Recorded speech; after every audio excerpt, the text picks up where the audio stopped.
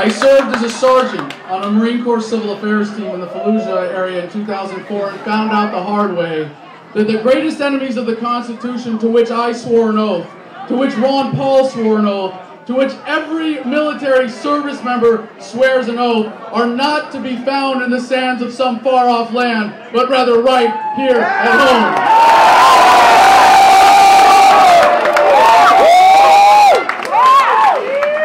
And it just so happens that some of them are running for president. Now, these other GOP cowards that would hope they might one day be commander-in-chief of our great armed forces would be quick to point out, he's right. We have to defeat Barack Obama. And they would tell you that Obamacare is unconstitutional. And they might even tell you that welfare is unconstitutional. And they might even tell you when pressed that being groped at the airport is unconstitutional. Maybe, just maybe, they would take that position. But there's one candidate in this race who gives more than just lip service to the Constitution, who has the courage and the intellectual integrity to tell you that the Federal Reserve is unconstitutional. And that the bailouts and the corporatism are unconstitutional. And that the wars of exploitation in Iraq and Afghanistan just so happen to also be unconstitutional. And it just so happens that this one candidate has received more campaign contributions from active duty service members than all other candidates, including Barack Obama put together, and that is none other than Texas Congressman, the good Dr. Ron Paul.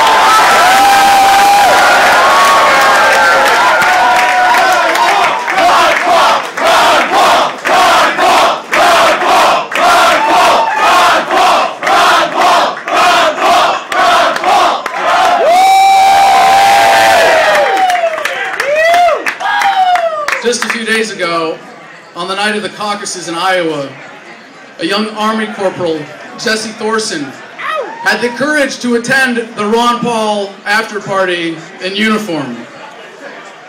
He is a veteran of 2 tours in Afghanistan and is scheduled to go back for a 3rd. While he was speaking so eloquently on CNN, the live feed mysteriously gave out. And while he only got in a couple of sentences, I think his words struck the American psyche like bullets when he said, quote, "Well, I think it would be even more dangerous to start nitpicking wars with other countries." And then the feed started to get jittery and magically just started going out, and he said, "Someone like Iran, Israel is perfectly capable," and then it died.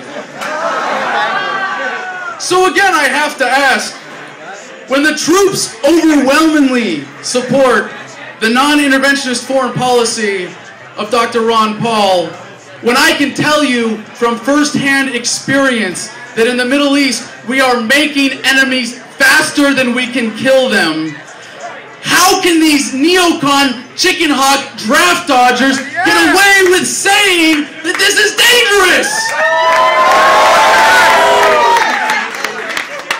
Hold on, I got it. Step back for a second here. Because the problem is not that these would-be frontmen for the military-industrial complex are saying these things, but that it's believable. How propagandized must this country be to actually believe that not starting wars is dangerous? Maybe it's because none of our leaders, like Obama, ever served in uniform, and the burden of combat is being increasingly borne by a smaller and smaller portion of the population. But how tuned out do you have to be to not realize that war itself is dangerous. Maybe these chicken hawk draft dodgers have been reading too many of those war novels where magically no one dies, or their entire concept of combat comes from watching G.I. Joe cartoons. Go Joe! Or playing video games. So today, I'm wearing my Marine Corps Desert Camouflage blouse, my Veterans for Long Pole t-shirt. I'm wearing this in honor of and in solidarity with Corporal Jesse Thorson.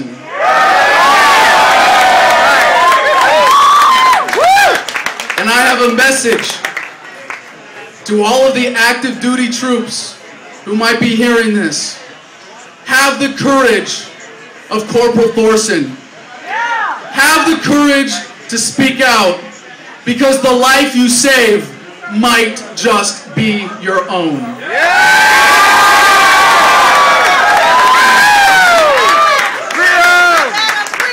Now, I don't normally walk around dressed like this.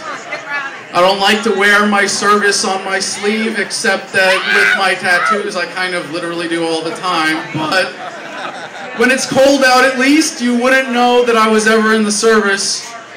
And I have a lot of what you might call oorah gear laying around my apartment that I never wear anymore, like my jacket from the Marine Corps rugby team, or the t-shirts that I bought on base at the PX at Camp Fallujah in 2004. Weren't those the days when I, for one, as a young, naive devil dog at least, could still cling to the notion that the U.S. government's foreign policy was a force for peace in the world? That it was a representation of the truly benevolent will of the American public? But not anymore. It is undeniable what our government has become. It is undeniable what our foreign policy has become, because poor men continue to die in rich men's wars.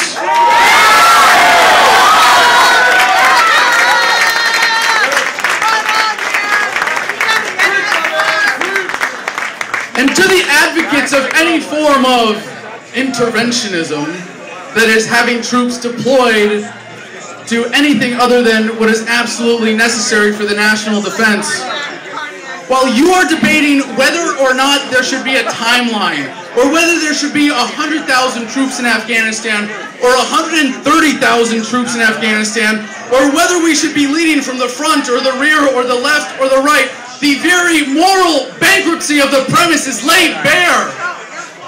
I would never claim to speak on behalf of the troops. And I may even be speaking, thank you, but I'm going to try to speak tonight to something that I see at least behind the words and actions of so many active duty troops who have donated to Ron Paul, and so many veterans who have spoken out against the wars. Because I think I know the primary reason that we are united in opposing our current foreign policy. It is the lack of a clear moral imperative. And to those of us who love freedom, who love it as more than just something to covet for ourselves, as something to achieve for every divine human being on this planet, the use of violence without a moral imperative is the gravest injustice, and it must stop.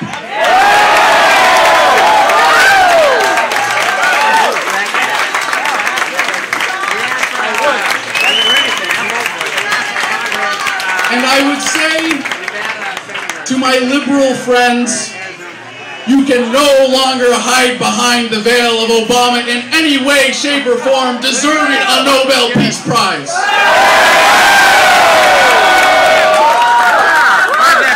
And if you do nothing to oppose him, and he is re-elected president, the blood of the next 4 years of his reign will be on your hands.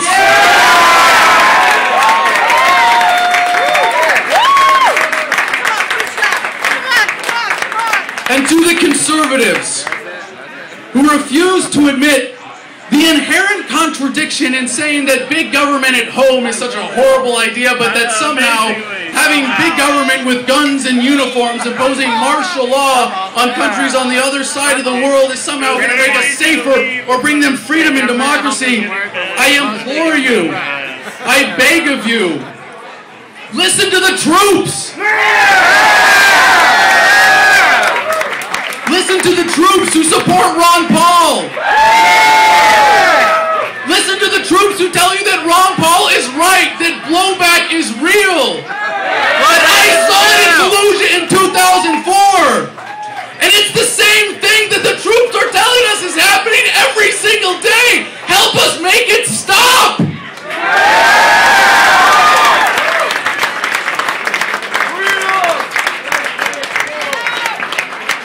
But it seems the keepers of the conversation are determined to deny reality. The pundits and the politicians are determined to silence the voices of the troops and the veterans. If it was any other candidate who you could say they had received more campaign contributions from active duty soldiers than all the other candidates put together, this race would be over. Can you imagine it? Well, Mitt Romney seems to have the support of the military, which pretty much guarantees him the presidency, so this race is pretty much over. But you know what I hear instead? Well, that's just a few of the troops. Well, they're just young, because a lot of the guys in the military are young and naive, and Ron Paul has a lot of support from young people, you know? Exactly. I actually heard a national conservative talk radio host, when confronted with this inconvenient fact about Ron Paul, dismiss it by saying, those troops? Well, a lot of the troops are young and just don't know what kind of world we really live in. That's what we're up against.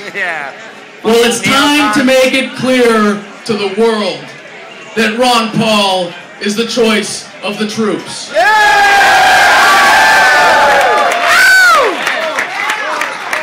So we, Veterans for Ron Paul 2012, are going to march on the White House.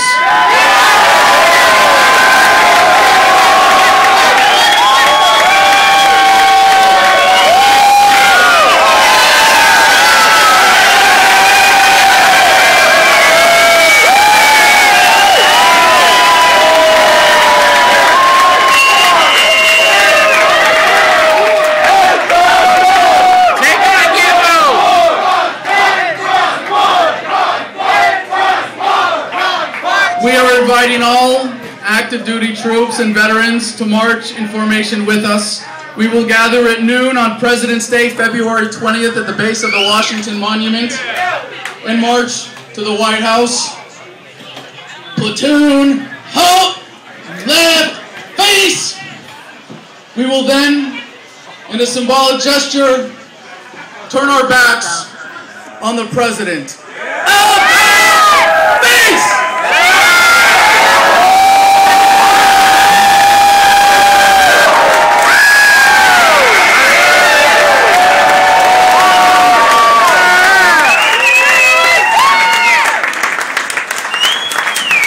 And then, facing away from the President,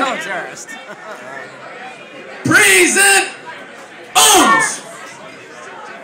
And we will render a hand salute, facing a folded flag, a folded American flag as is draped over the coffins of so many Americans, facing a gathering of family members of the troops, and we will hold it for as many seconds as they have died, as troops have died under the presidency of Barack Obama. Order! Arms! And we will march silently away to carry on the fight for the message of Ron Paul, because this message we'll defend.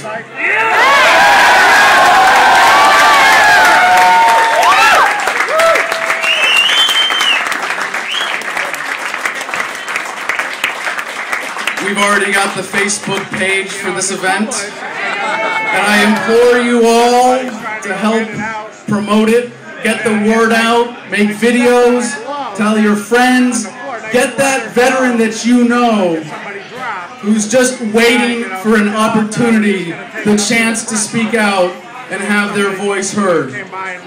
For far too long, the voice of the troops has been kept from the American political dialogue.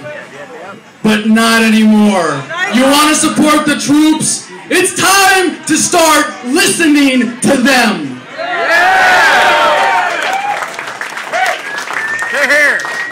By the way, I'm getting really sick and tired of having smoke blown up my butt by people who think that thanking a veteran for their service somehow excuses them for being sorry excuses for Americans. And every time someone thanks me for my service, I'm quick to point out that by speaking out against the wars, by supporting Ron Paul, by being a champion of the Constitution, I am able to be a far greater service to my country than anything I was ever able to do in uniform.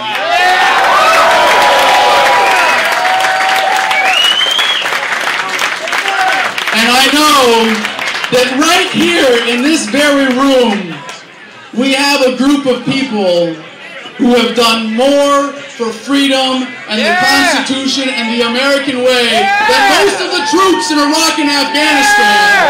So, for all of you who donated to the Ron Paul campaign, for all of you who waved signs, for all of you who made YouTube videos, for all of you who back last time threw snowballs,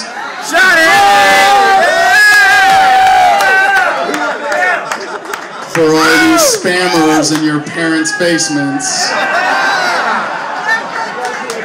for all of you who wrote letters to the editor, registered new Republicans, knocked on doors, made phone calls, rode your bike across the country, started that website, and wrote that song. Thank you for your service. Don't forget about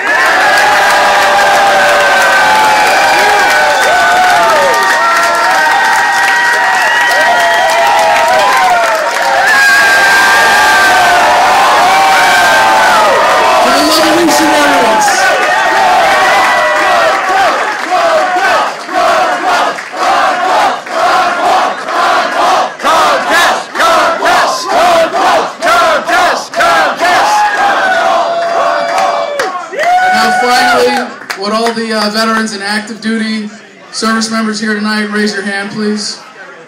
Yeah! That's right. The Lovolution celebrates people who are willing to put their lives on the line for what they believe in.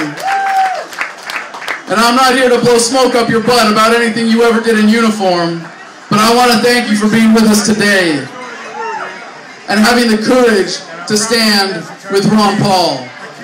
So to all of you out there who want to thank us for our service, who want to honor us for having put our lives on the line to defend this country, and realize that our government would rather abuse that good faith than do anything to actually defend this country, it's time to help us do something about it. I'll see you in Washington, D.C. on President's Day.